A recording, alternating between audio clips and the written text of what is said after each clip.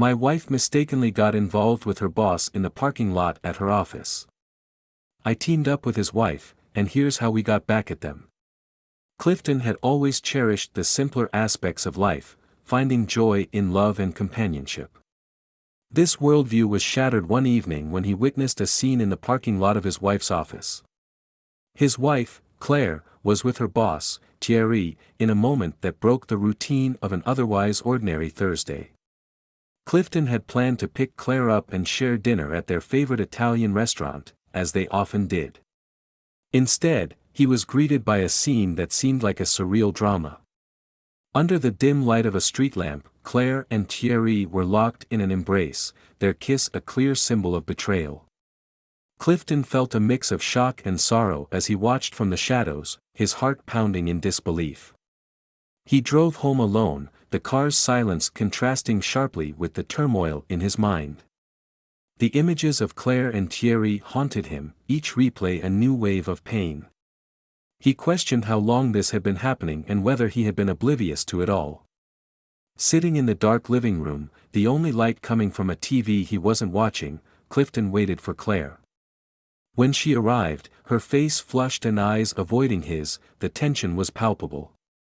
She offered a feeble excuse about traffic, but it hung in the air, unconvincing. Clifton remained silent, torn between love and a sense of betrayal. He wanted to confront her, to demand answers, but he also feared the truth and the potential collapse of the life he thought they shared. That night, they lay in bed, separated by a gulf of silence and secrets. Clifton stared at the ceiling, imagining his world falling apart. In the days that followed, life became a hollow routine. At work, he felt detached, and at home, conversations with Claire were forced and superficial. The mention of Thierry's name was a constant reminder of the betrayal. Yet, through the emotional chaos, Clifton began to find a sense of resolve. He wasn't one to confront aggressively or wallow in self-pity. He sought answers and understanding, and above all, he needed to regain his dignity. As a software engineer, Clifton had always excelled at deciphering complex codes and systems. Now, he was determined to apply these skills to uncover the truth. He meticulously planned his approach, aiming to penetrate the company's network. His goal was to gather evidence, not just of Claire's affair with Thierry, but anything that could undermine Thierry's standing. In the quiet of the night, Clifton sat before his computer, its screen casting the only light in the room. This endeavor was more than a search for truth, it was the start of his vengeance. Every keystroke marked his departure from the person he once was, moving towards an identity he never envisioned for himself. In this dark chapter of betrayal, Clifton found his new purpose, a course of retaliation and, perhaps, eventual solace. Clifton's transformation from a wronged husband to a man with a mission was gradual, driven by deep-seated anger and the sharp pain of betrayal. He realized that confronting Thierry directly would be futile, given Thierry's influence and power. Clifton needed a more impactful strategy, one that would strike Thierry in his most vulnerable aspects, his reputation and career. The plan was straightforward yet fraught with risk: infiltrate Thierry's company network to find damning evidence. As a software engineer, Clifton had the necessary expertise, but he had to tread carefully. Any misstep could lead to legal repercussions or alert Thierry, compromising the element of surprise. Clifton's fingers moved rapidly over the keyboard in the dimly lit room. His computer screen displayed a plethora of code lines and open windows, each serving as a portal into the digital fortress he aimed to infiltrate.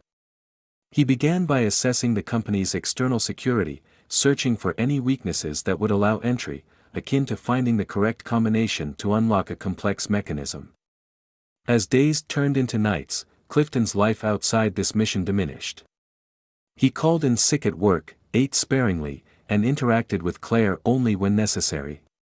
His home office became his command center, a secluded space where he orchestrated his retribution. Eventually, Clifton discovered a vulnerability in the company's email server. It was a precarious entry point, but his only option. He meticulously devised a plan to exploit this flaw, carefully concealing his digital tracks as he delved deeper into the network. Within the company's virtual walls, Clifton felt like an invisible yet omnipresent entity. He meticulously examined emails, financial records, and confidential communications, searching for incriminating evidence against Thierry. Then, one fateful night, Clifton uncovered what he was looking for. Buried within complex financial documents, he found clear signs of embezzlement, significant funds diverted to private accounts, including Thierry's. His pulse quickened as he unearthed more proof of fraud and mismanagement, realizing he had finally obtained the evidence he needed to bring Thierry down. But Clifton wasn't finished. He sought something more personal, a direct link between Thierry and the affair with Claire. His focus shifted to Thierry's private messages, looking for any reference to Claire. It was a meticulous and arduous task, but Clifton was fueled by a deep-seated need for justice, or perhaps revenge. Eventually, he stumbled upon it, a series of emails between Thierry and Claire that unequivocally confirmed their affair. The words on his screen were a painful blow, yet they also provided the means for Clifton to retaliate. Having securely saved the evidence, Clifton began strategizing his next steps. He needed to be cautious and astute in how he deployed this information. A direct leak could lead back to him, so he had to find a more discreet method. As dawn's first light filtered through the curtains, Clifton leaned back in his chair, feeling a mixture of weariness and fulfillment. He possessed the evidence to ruin Thierry's career and reputation. The forthcoming actions were crucial, but Clifton was prepared. This battle was no longer solely about revenge, it was about unveiling the truth and reclaiming his own life. In the subsequent days, Clifton's life became a whirlwind of planning and expectation. He was acutely aware of the power he held to dismantle Thierry's carefully constructed facade. Yet, the significance of his findings weighed heavily on him. These were more than just digital files, they were concrete evidence of betrayal and corruption. Clifton's detail-oriented nature required a carefully devised strategy for exposing the evidence. A direct confrontation was too perilous, and he realized the need for an ally, someone else driven by a desire for justice, or perhaps, vengeance. Fate intervened, leading Clifton to cross paths with Thierry's wife, Isabelle, in a local coffee shop. Clifton recognized her from company photos, always the picture-perfect corporate spouse. But now, her eyes betrayed a deep-seated fatigue, hinting at her own struggles. They began talking, two strangers finding common ground in the awkwardness of casual conversation. Clifton learned that Isabelle harbored suspicions about Thierry's infidelity but lacked concrete proof.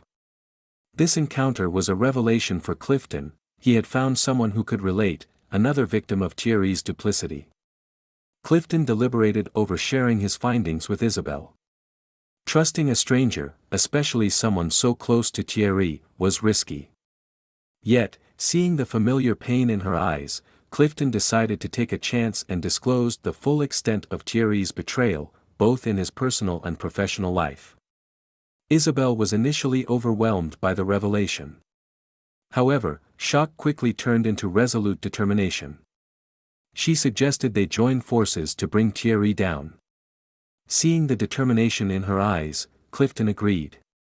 They were now united in their quest for retribution, each driven by their own experiences of betrayal. Their meetings grew more frequent as they devised a plan that was complex and daring. They aimed to reveal Thierry's embezzlement and fraud to both the authorities and the public. However, they were careful to ensure the evidence couldn't be traced back to them. Isabelle, with her in-depth knowledge of the company, provided invaluable insights. Clifton, leveraging his technical skills, made certain all digital trails were obscured. They chose to use anonymous email accounts and encrypted messaging for communication with the media and law enforcement. As their strategy solidified, so did their camaraderie. A silent understanding and mutual purpose united them, transcending mere revenge. Both having been deeply hurt, they sought healing in rectifying a grievous wrong. In Isabelle, Clifton found a confidant who empathized with his concerns and frustrations. Conversely, Isabelle found in Clifton a soul who comprehended her pain. Their discussions often strayed from their plans, touching on personal hopes, dreams, fears, and regrets. Yet, underneath this developing friendship, the core of their mission always remained. They were embarking on a journey that would transform not just their lives but also those around them. It was a perilous path laden with ethical dilemmas, but they were resolved to traverse it together. As the decisive day approached, Clifton and Isabel braced for the consequences. They were on the verge of destabilizing Thierry's empire. There was no turning back. Their alliance, forged from betrayal, was poised to act, ready to alter their world irrevocably. Finally, the day they had meticulously prepared for arrived. It was a day anticipated to be the climax of their intertwined narratives of betrayal and vengeance. The plan was in motion, the elements aligned, the sense of expectancy intense. In the early morning, Clifton sat at his computer for a final review, ensuring that every digital footprint leading back to them was erased. The emails, loaded with evidence of Thierry's financial misconduct and undeniable proof of his affair with Claire, were queued to be dispatched to various media entities and authorities. Their timing was strategic, set just hours before a significant shareholder meeting at Thierry's company. Isabel had a pivotal role. Present at the meeting as the seemingly oblivious wife, she was also tasked with making sure the evidence reached key individuals inside the company. Her internal connections were vital to their strategy, lending the story both credibility and urgency. As Clifton pressed the final key, initiating their plan, he experienced an odd tranquility. This was more than mere revenge, it was a pursuit of justice. He visualized Thierry's shock as the news broke, his life unraveling while he struggled to rationalize the inexplicable. The news struck with overwhelming force. By mid-morning, it had spread everywhere: a CEO caught in financial fraud and an illicit affair, a company's reputation shattered. Clifton watched the unfolding chaos from his computer, the digital sphere abuzz with the scandal. Isabel phoned him from the company, her voice blending shock with a sense of victory. "It's complete chaos here," she murmured. "Thierry's been taken out by security, and there's an emergency board meeting." "We did it, Clifton." The repercussions were swift and severe. Thierry was suspended pending an investigation, his reputation decimated. The company's stock took a nosedive, and authorities commenced their investigations. Clifton and Isabel observed from the sidelines, their roles as the information source remaining concealed. However, as the day wore on, Clifton's sense of triumph diminished, giving way to a nagging disquiet. He saw Claire's reaction, her face etched with shock and disbelief, unaware of his involvement. He pondered whether his pursuit of vengeance had escalated too far, questioning the overall cost of their actions. Isabel also grappled with the aftermath. Her marriage was finished, her life irrevocably changed. She had sought retribution, but now, witnessing her world collapse, she doubted its worth. In the days that followed, the scandal continued to dominate headlines. Clifton and Isabel kept a low profile, their interactions reduced. The connection they had forged seemed to unravel in the harsh light of their deeds. They had transitioned from victims to the orchestrators of another's downfall. Clifton contended with mixed emotions. He had aimed to inflict on Thierry the pain he had endured, but the tangible impact of his actions weighed heavily on him. His actions had caused profound harm, not just to Thierry but to many others inadvertently involved. With the revenge chapter concluding, Clifton was left to contemplate the consequences of his actions.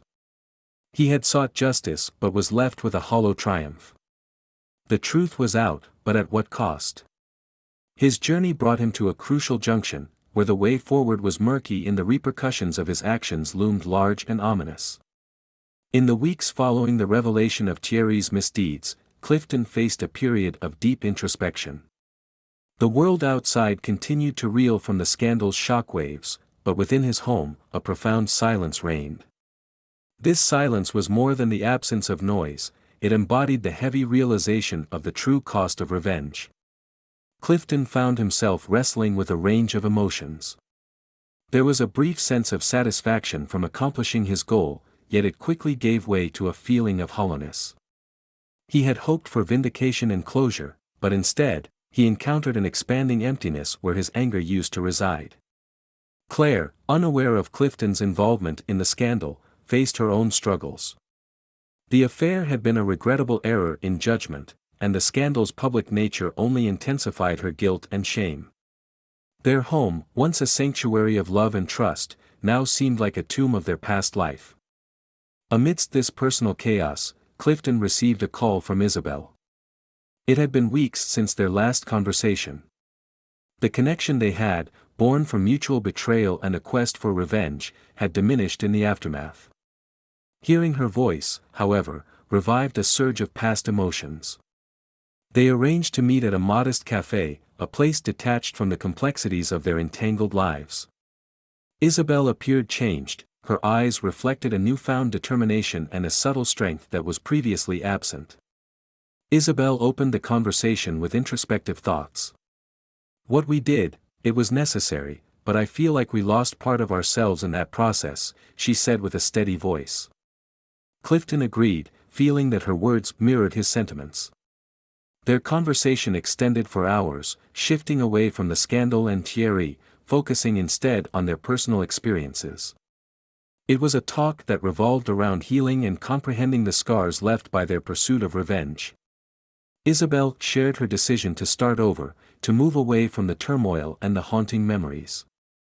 Her plans were tinged with cautious hope, a yearning for inner peace and, possibly, eventual forgiveness. Clifton felt a connection with her path. He, too, needed to chart a new course, to reconstruct the remnants of his life. Their conversation marked a poignant goodbye, closing a chapter that had irrevocably altered their lives. Returning home, Clifton confronted Claire. It was time to address the fractures in their relationship. In a lengthy and emotionally charged discussion, they exposed their sorrows and regrets. Clifton realized that his vendetta, though aimed at Thierry, had also inflicted damage on Claire and their marriage. The journey towards recovery was gradual and fraught with uncertainty. Clifton and Claire underwent counseling to work through the intricate emotions and trust issues afflicting their marriage. Their progress was marked by ups and downs, moments of optimism interspersed with times of despair. Clifton also sought his own form of redemption. He started volunteering at a local community center, finding comfort in aiding others. It was a modest but significant beginning, a means for him to transform his experiences into something constructive. As the narrative draws to a close, the future of Clifton and Claire remains indeterminate.